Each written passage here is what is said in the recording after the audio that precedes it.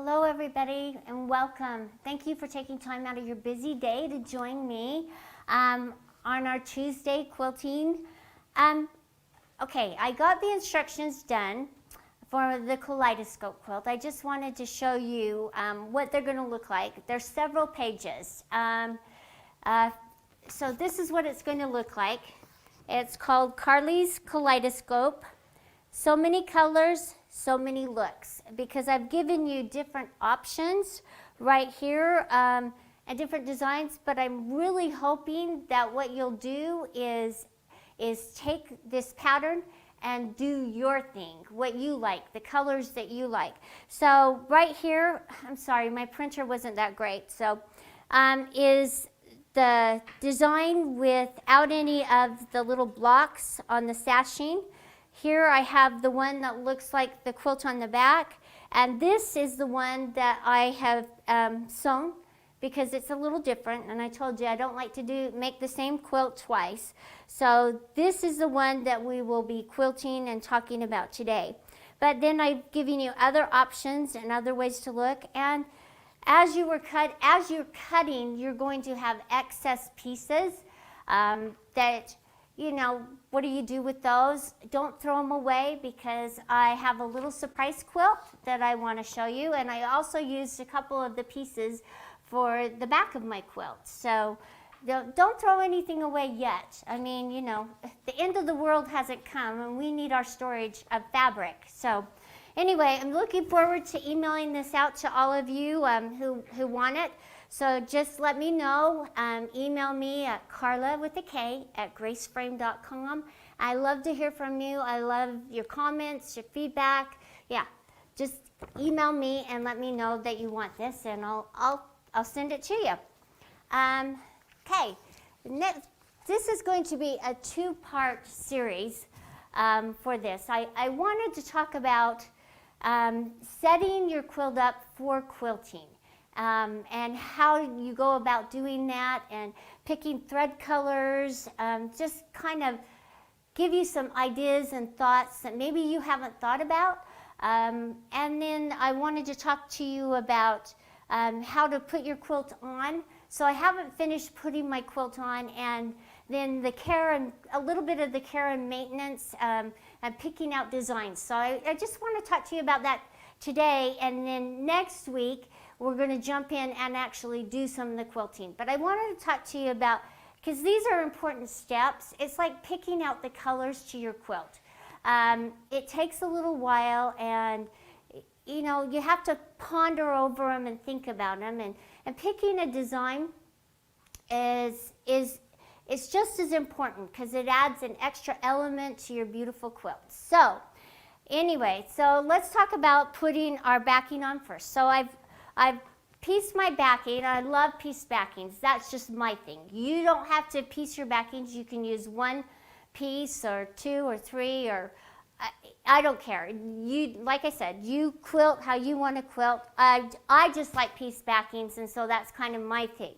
These four little pieces right here are leftovers, and I just kind of turned them a little wonky, just to add an extra little, I don't know, something to the back of the quilt. So yes, I call them my uneven angles.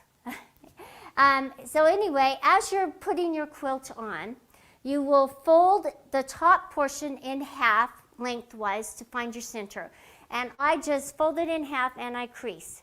And then I put that crease right on my marking where the center is on my leader claws. And I love the leader claws because I probably won't finish this quilt here. I'll finish it at home.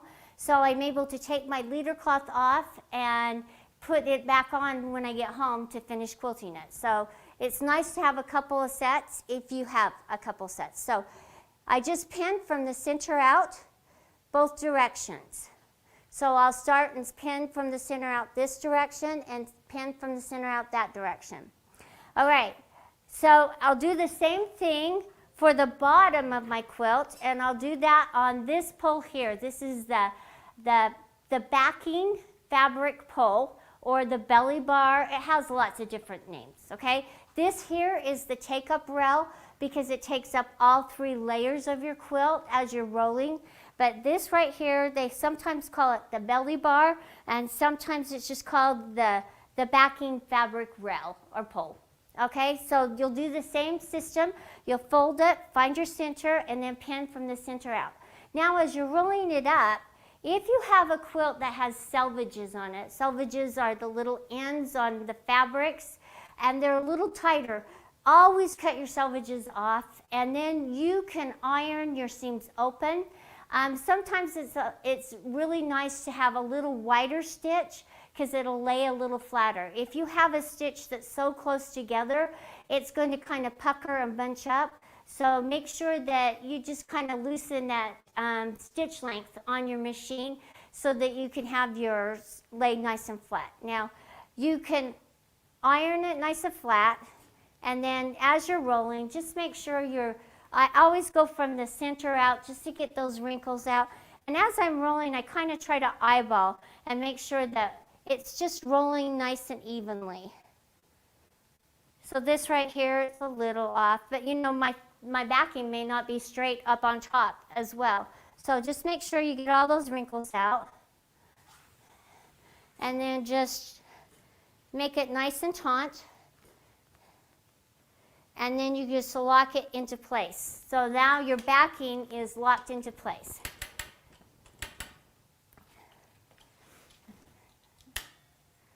I'm just going to tighten that up just a little bit. Okay, so now my backing's on. It's nice and taut. Now I'm just going to put my batting on. Now, your backing should always be wider and longer. And I'm just going to lay my batting, and this is the Q-Zone Queen frame. So it's a floating frame, a floating fabric frame. So I'm just going to be floating my batting and my top layer.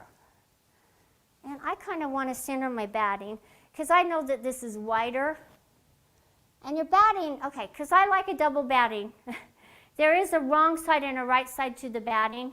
So the wrong side, the side that should be laying down on the back of your quilt, okay, is the smooth side. The dimpled side should be laying up, okay? So just make sure that you're watching it because the smooth side has what they call, I can't even remember, some membrane, a little bit membrane over it, and it makes it so that as the needle punctures it, that you're not going to get any excess batting balls that go through your quilt. So see, I've got some wrinkles, so I just want to get my wrinkles out. Now trust me, I have had a few quilts that have a few wrinkles in them, and I've sewn over them. You'd probably never know if I didn't tell you, but it's just nice, and that's what's nice about floating your quilt. Your fabric, it's just easy to get under there and smooth out your wrinkles. But it's easy either way. Okay, so now that I have my batting on and it's positioned how I want it, it's nice and smooth, I'm just going to lay my top on. And here's the top that I sewed together that we're going to quilt. Let's show you that. It's kind of fun. It's kind of got a different look. Where am I going? This way? Yeah, there we go. It's got a different look. So it's a little square. So I'm just going to find my center on it so that I can center it. I'm just going to fold it. And I'm only going to center the top because I'm floating it. So now I've got my center marking. I'm going to find my center on my leader cloth. And I'm going to just kind of eyeball it and have it hang down probably about an inch all the way across. Okay?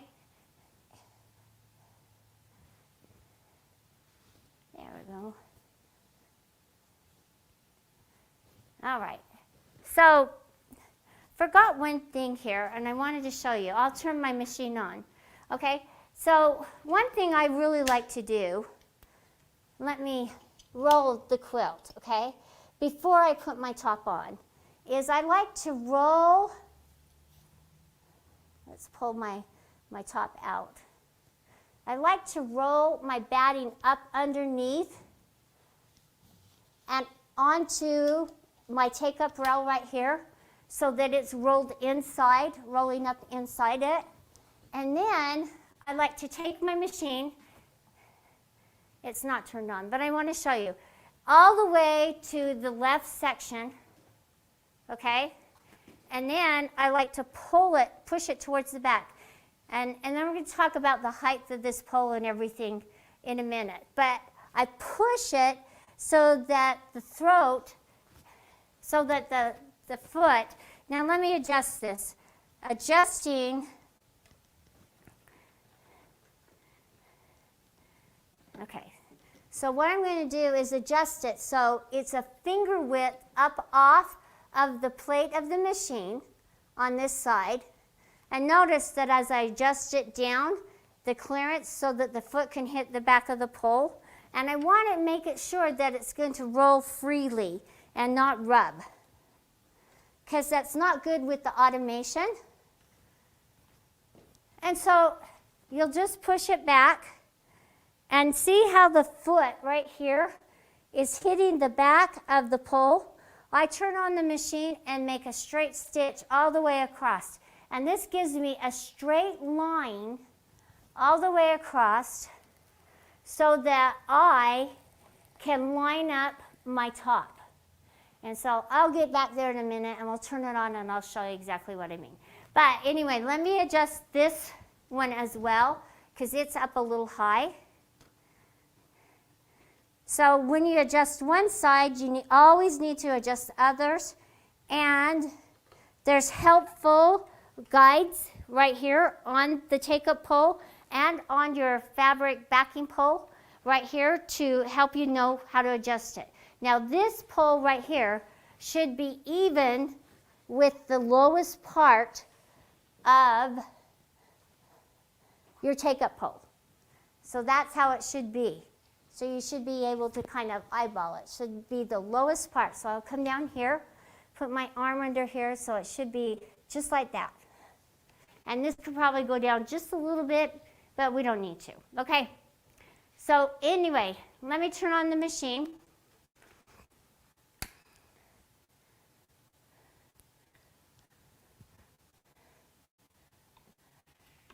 Or not. There we go. There we go. I thought I heard me, it's on and the lights turned off. There we go. Just takes a minute. All right. So let me move my rulers out from behind here. And again, what I'm going to do is just move it down this way. I love this step because it really does help you to line up your top. And so what I'm going to do, and you can even change the stitch size if you want, or just leave it at 12. I could go down just a little bit so you have a little bit bigger stitch.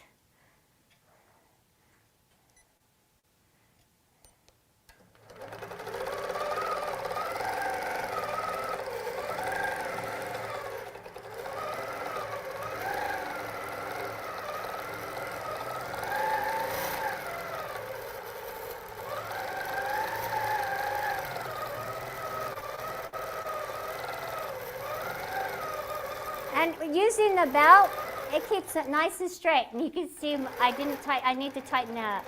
But, okay. So now I have this nice straight line that I can line up my top. And then I can loosen it up just a little bit. And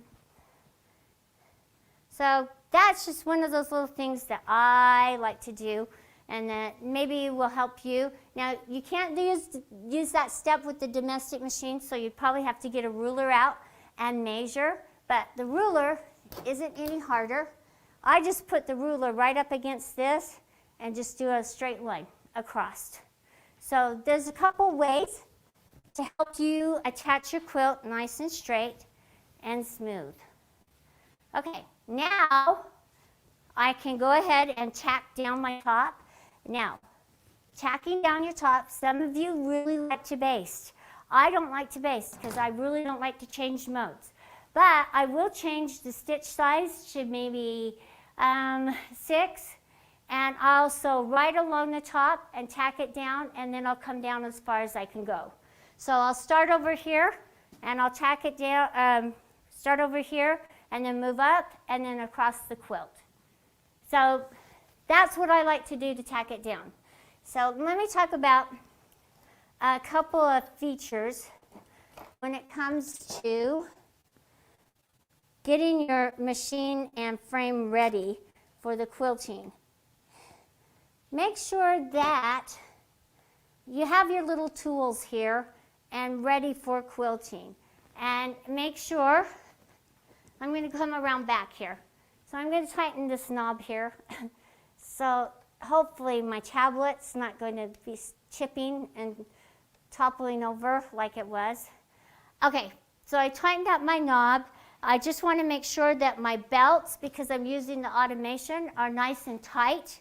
I want to make sure that my machine can move across the frame freely and not hit into anything. So like I have a little height gauge. Now it probably wouldn't cause problems, but I do want to get it out of the way. And just anything that might, you know, we're quilters and we're busy and we don't have a lot of room for all the things that we have collected. So make sure that it just can move nice and freely from one side to the other. And once you've cleared off everything, check your wheels and make sure that your encoders, you can't see them, they're on this side and underneath, are what sense the movement and keep your stitches nice and consistent. Your encoders, you have a top encoder, which is the front to back movement. Just make sure that it's rolling correctly and that the little O-ring, there's an O-ring on the encoder, make sure that it's on. If it comes off, it'll cause some long stitches, so you want to make sure that they're both rolling. Your side to side and your front to back encoder are rolling freely and smoothly and not getting caught. Now we've got cable management here as well. Make sure you don't have a cable that's coming from the back of your machine that's going to catch as it's quilting along as well. So this cord right here, this is my power cord to my tablet, and this is really important. Keep your tablet plugged in. If you're using it, make sure that it has enough power because you don't want it to run out in the middle of while you're quilting. So with this, sometimes on my 19, I will just kind of tape it down right here for right now till we get our cable management kit going and everything, or make sure it's out of the way as you're quilting. This cord is a necessary cord, but it's a little bulky and it likes to hang down and it can catch underneath the wheels, or sometimes depending on what machine you have, sometimes the cords, you want to keep them away from your hand wheel. They can get caught underneath the hand wheel as well. So make sure your cords are out of the way of the moving parts of the machine. Okay, let's talk about having your toolkit around. For your encoders, it's nice to have your 4mm Allen wrench and your 2.5 or I can't remember what it is. It's a 3mm, I think, Allen wrench. So just make sure you have your Allen wrenches nice and handy in case you have to make some adjustments to the tablet. It can loosen up, the knobs can loosen up, and the screws as well.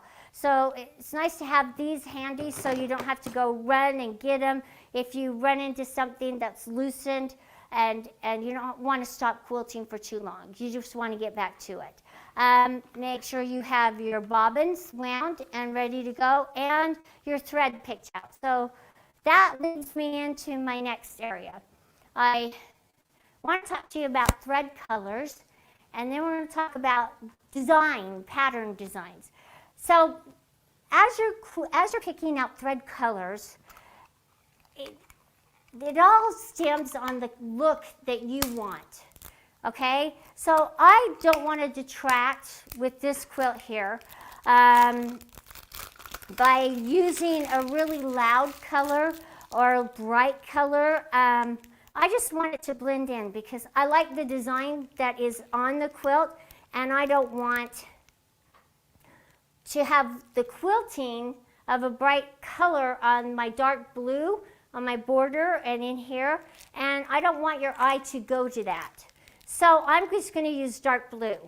But let me show you what I do to decide what colors, and maybe as I'm laying this out, I won't want dark blue. So I unravel quite a little bit, and I just kind of lay it on willy-nilly on my quilt just to see on the opposite colors if that's what I want. I already know I don't want something too loud on the borders, so that's what I'd use. But I pulled some other colors so that you could see how they work and how they look up against the quilt and decide. So this one here is pearl white. And with pearl white, it has a tendency to kind of absorb the color, but I think it's a little bright. And I don't know that it's the color that I would use on this quilt here, but we're just going to lay it out because we'll all decide. So that's that color here. I got a bunch more. I have my bright green here, and that might be kind of fun, but do I like it up in the borders? I mean, I like it down in the green section. I think that looks good. So this is what I do. I just lay them out and then decide. And now this is a variegated. Those were all the solid colors, but this is a variegated. And as it's sewing, you'll get a little bit different look. And I love variegateds, but not on every quilt. Some quilts will call for it when they're a little more, there's not quite so much of a design on it. And other quilts, you wouldn't want it. So this is a variegated, and as you're quilting it, you're going to have some dark spots and some lighter spots. So maybe your eye will go to that area, and that's all you'll see, and you'll miss this other design. And then this is white wool, and I just want to show you everything. So just get them out and try them. I mean, this isn't too bad either, but again, it's another variegated, which will give you a totally different look. This is light wool. It's a little bit different, a little more gray than the pearl white.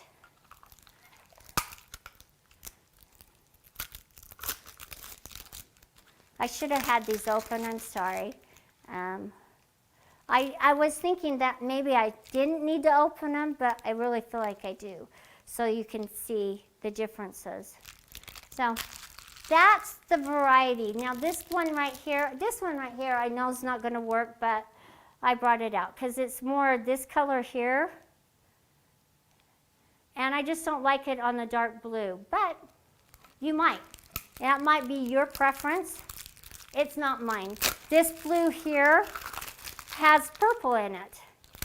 Now these blues do have a little bit of purple in them. Again, it's a variegated.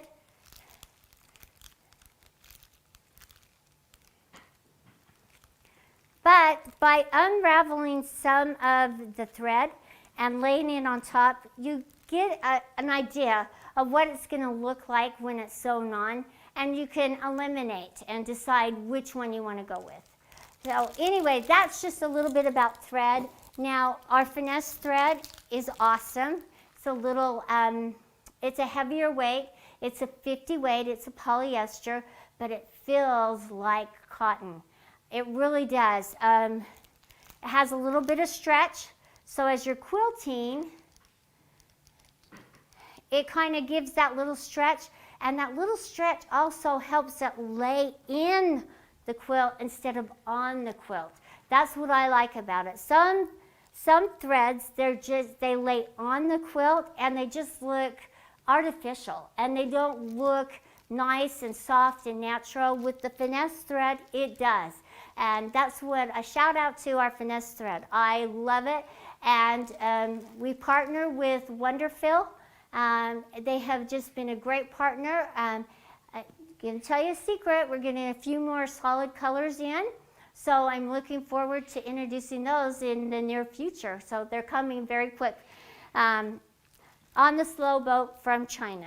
Shall I say that? Anyway, okay, so that's a little bit about the thread that I wanted to talk to you about. I feel like it's really important. The thread can either add or it can really take away. Now, let me tell you a couple of quilts, and let me tell you why, okay? So with this quilt right here, can we see the pineapples? I wanted the pineapples to be front and center because they're the star of the show. And yes, I know I have an upside down pineapple. I wanted it that way because I like to always add the quirky into my quilts. So if I can, I will, because it just sets my quilts apart from everybody else's. And I'm a perfectionist in some things, and other things I just kind of like that little element of surprise.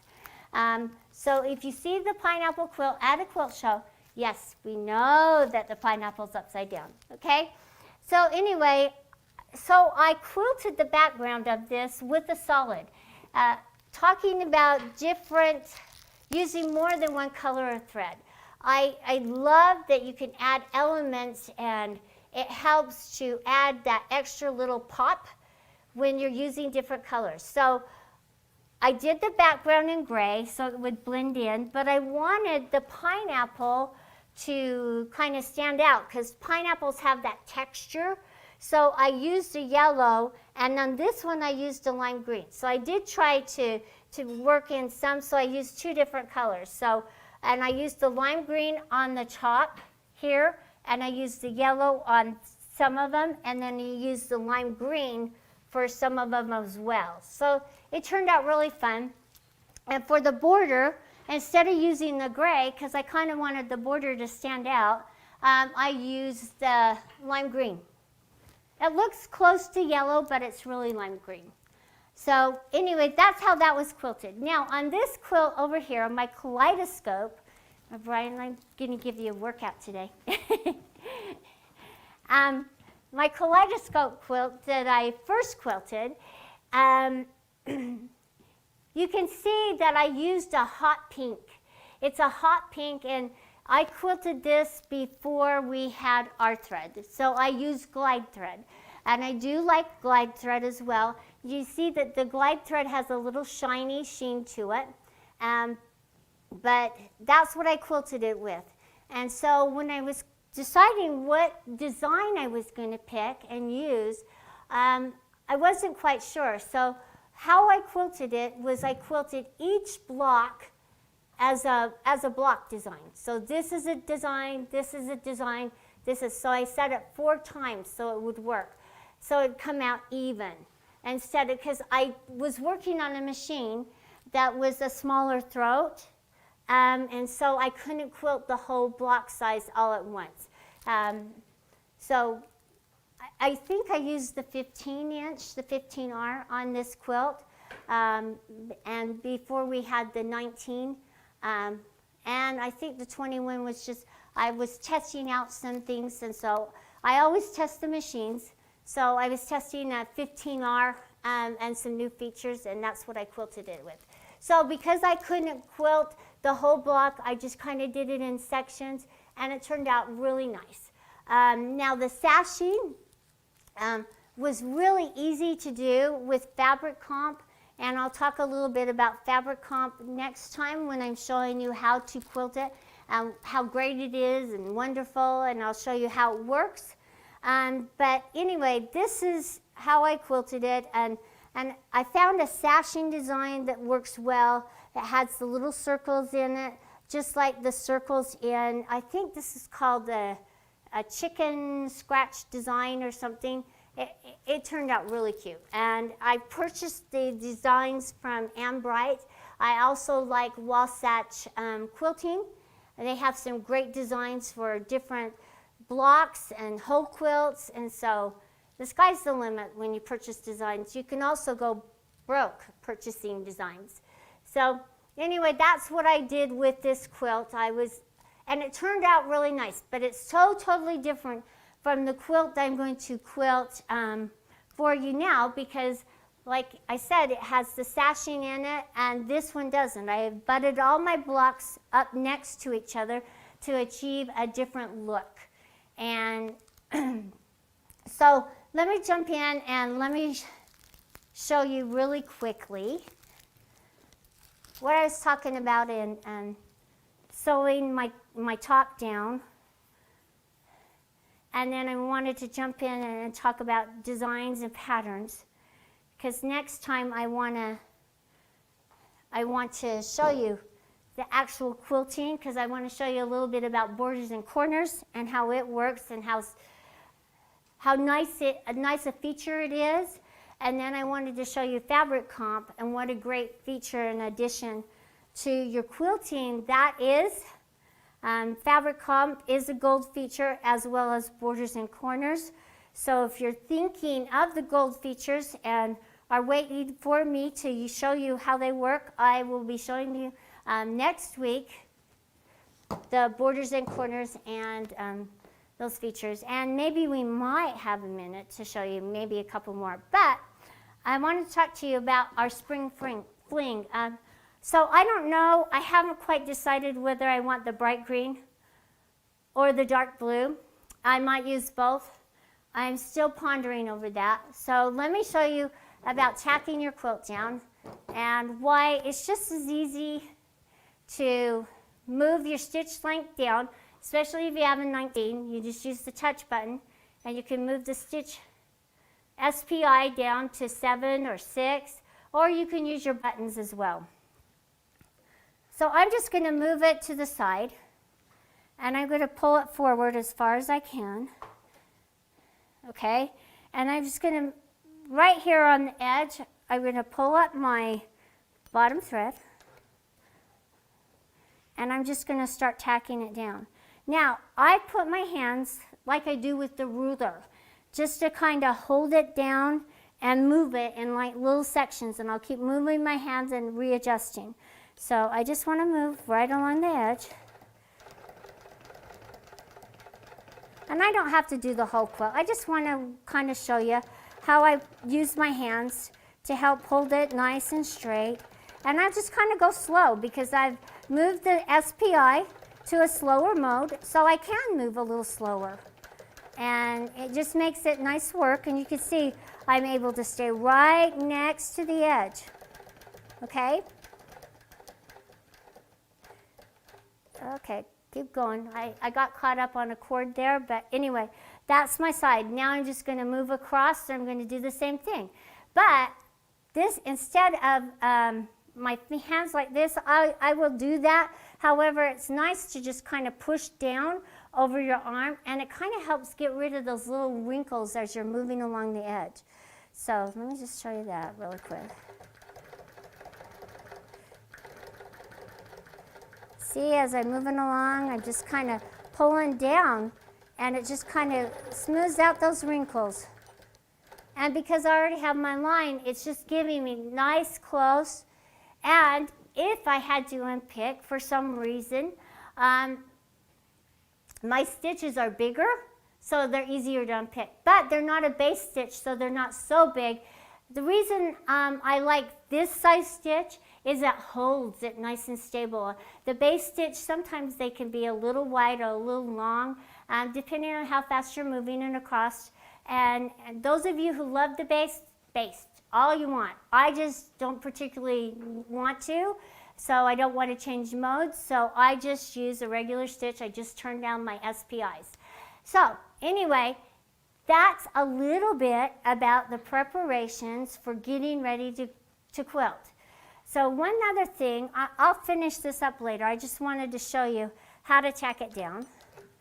I wanted to show you how when we open up our automation, how important it is for you to move your machine to the center of your quilt. And I'll show you why. So as I'm turning on my automation, and I had my little pin here, so you'll just have to deal with my finger right now. It says it was in simulation mode. Do I wish to continue in simulation mode? Because I was showing you all these neat features with it next week, and no, I don't want to. Okay, so you know everything's plugged in and engaged if this little pop-up window shows up. It says, make sure your sewing machine needle is up and move the carriage to the center. I know some of us are not used to reading these because you've used the automation, but this is really important that you move your machine to the center, and that's because when I tap on OK, you will hear it engage. And it'll do this little movement just to check the X and Y axis, but if it's on the side of your frame and it hits the side of your take-up pole or the side feet or legs, then it's going to cause problems and it could get jammed. So that's really important that you move it to the center and then turn it on.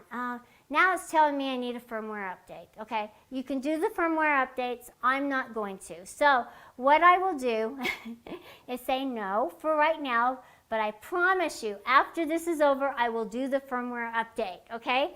So when I am going in, and I just want to talk to you a little bit about setting your safe area. I feel like there's a lot of misconceptions and everybody has their own opinion on setting the safe area and how much of the safe area do you set. So when I go in, and I'm just going to go into, let's go into pantographs. I'm going to move it up and off. See, this is where right now I would probably unroll it just a little bit. Unroll this just a little bit before I set my safe area. Okay, unroll it just a little bit so it's up and off, okay? And that way I can move it up past and on to my batting off to the side. So you want to set your safe area large enough that it can quilt off your quilt if you're quilting a pantograph, but you just want to have enough room. So I'm just going to tap on my top left, and I'm going to move my machine down, and I'm going to pull it forward as far as I can pull it up, off, onto my batting again, and I'm going to tap on bottom right. And now you can see my safe area right here on my screen is 58.67 inches, and the height of it, the depth that I can quilt, is 16.095. So those are the measurements I'm going to use to put my quilt size in. If you have had it in simulation mode and you want a larger safe area in the simulation mode, just go back to your settings and reset the safe area to a larger size. And that's if you want to play with it. Now, this safe area is not going to allow me to quilt past those parameters. So I can't quilt a quilt that's 60 by 60 inches wide, because it's not going to let me. It's going to say I'm out of my safe area.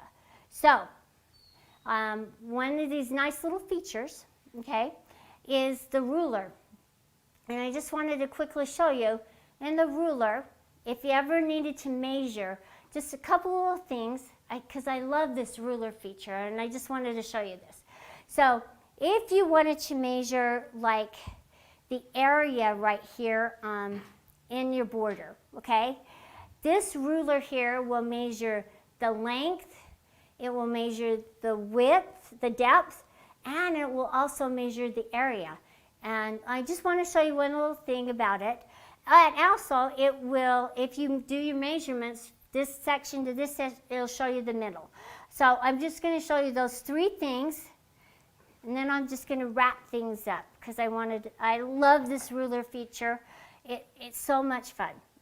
Okay, so if I wanted to find the middle of my quilt top, I'm going to move my machine. I'm going to tap on my ruler, number one, and it's at, let me go back, okay? The ruler in the pantograph is at the top in your toolbars. You have all these great, fantastic tools to use, and this ruler is one of them. Okay, so now I'm in the ruler screen.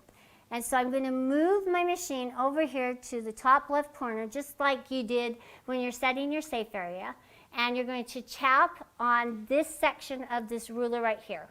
And you'll see that on my screen, I have a little mark.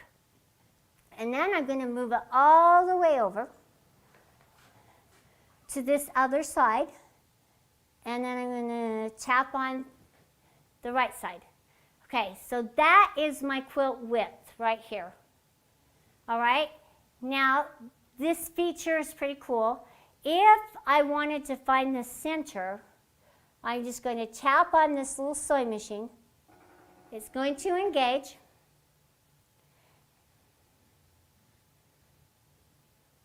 And it says the sewing machine is about to move. Make sure my needle's up. Really important. I'm going to say okay. And it's going to move across and it's going to find my center.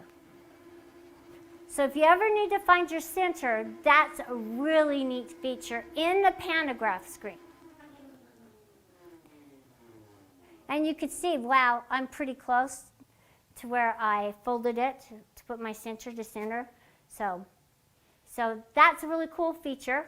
Now, if you want to unlock your machine, because it's locked in place, it's not going anywhere, you say, tap on release carriage right here. Okay. Now, let's say I want to know the area of this right here, this top border, with the size of it. So, I'm going to move over here to my top, and I'm going to do a new measurement. I'm going to tap on it, see how it moved in, and then I'm going to come over here to the bottom right of this border, this inside border right here, this inside top border, and I'm going to tap on the right side. Now I'm going to use this ruler right here, this L-shaped ruler right here, to find the area. And see how it comes up? So that is this area of my border.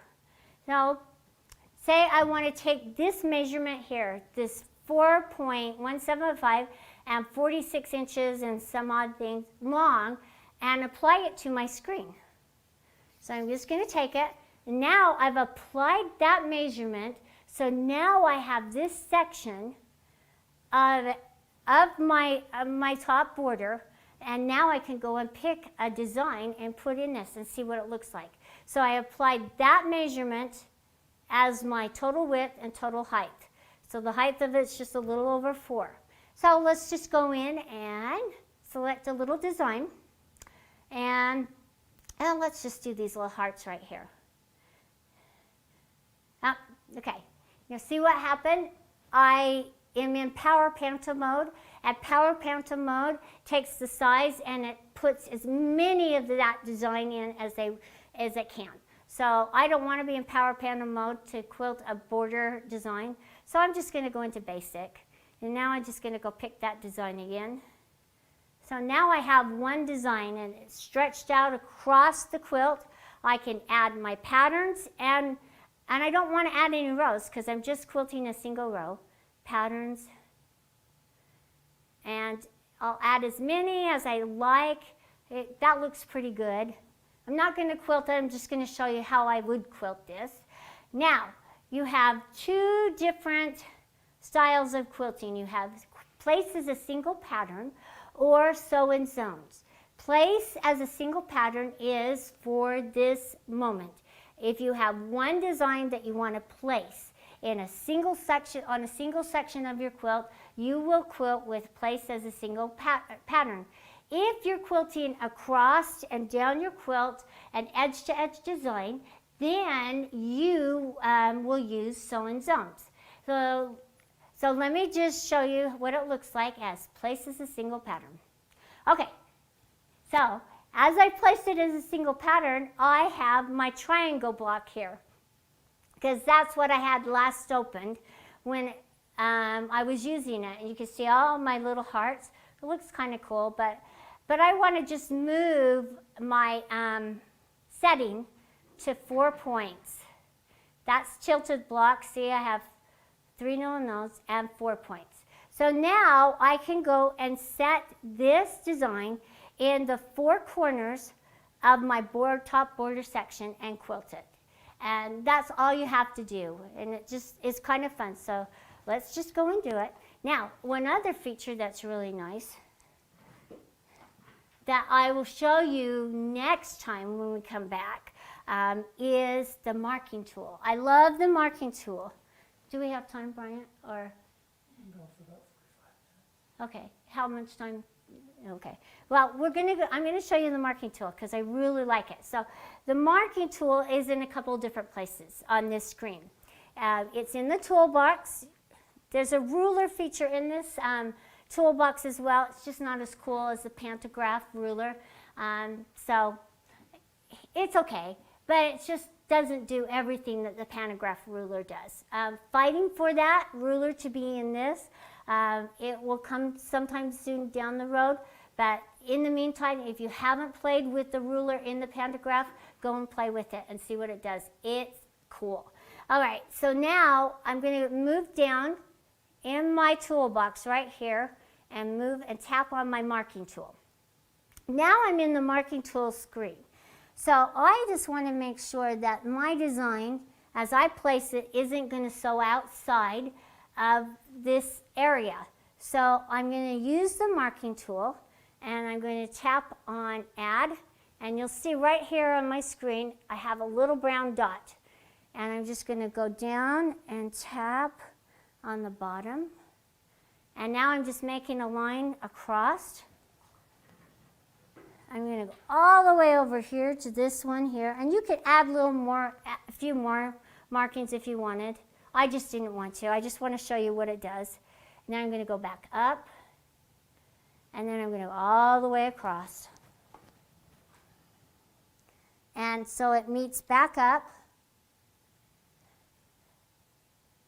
and there's my section. So now as I'm placing my design, I'm going to go over here and tap on my little nodes. See? Wow, it's pretty close. You can see that as I place it, I can make sure. See how it came in? It's going to sew exactly in that area. If you've never used the marking tool, boy, you're really missing out. It is a lifesaver. If you want to make sure that your placements are accurate, see? And then, let me just show you one other thing with the marking tool. See how it pulled it in? See how close I am? Because I used that ruler, I did my area, I imported my design into that area, and now I've marked around it so I see my placement is good. Now if you want to expand the screen, you can look at the markings a little closer, but you can see that we've got our quilt on pretty nice and straight because this line's going pretty straight across. So, and with the ruler, that's another feature that really kind of helps you. It helps you know that your quilt's on nice and straight. So use the ruler, even the ruler in the select and sew. If you wanted to just use from one point to the other, it'll show you if you're off at an angle at all. And let me show you that ruler as well. So I'm just going to get out of this. I just wanted to show you a few little features. Okay? So I'm just going to get out of this. I'm not going to go ahead and quilt it because this isn't the design I really want to. So I'm going to go back into my ruler. Okay? And this ruler right here is going to show you, this ruler right here will show you the depth. So if I wanted to measure this to this, see how it's gone in? But if I tap on this ruler right here, it's going to show me my depth or how tall it is, okay? This ruler right here is kind of fun as well. So I'm just going to go over here and tap on this mark right here, move it, and come over here and tap on this one. I'm going to bring it down just a little bit. And now I'm going to tap on this one. And it kind of shows you the angle. So if I moved it and tapped on it again, oh, I'm hoping it does this. I have to start all over. So let me show you a little better, okay? I wasn't off by enough. So let's do this. And then I'll come down and really show you how off it can be.